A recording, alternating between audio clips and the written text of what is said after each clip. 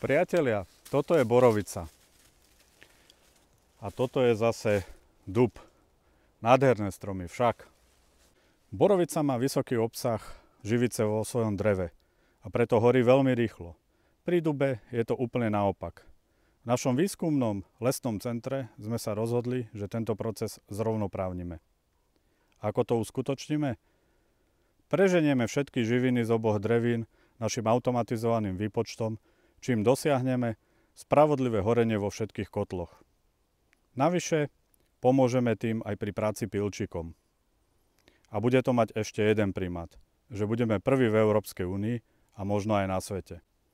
Ak som sa dotkol týmto videom nejakých pilčíkov, tak sa im ospravedlňujem.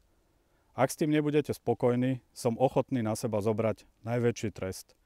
A tým trestom je zákaz komentárov na sociálnych sieťach. Lesu a automatizovanému výpočtu zdar.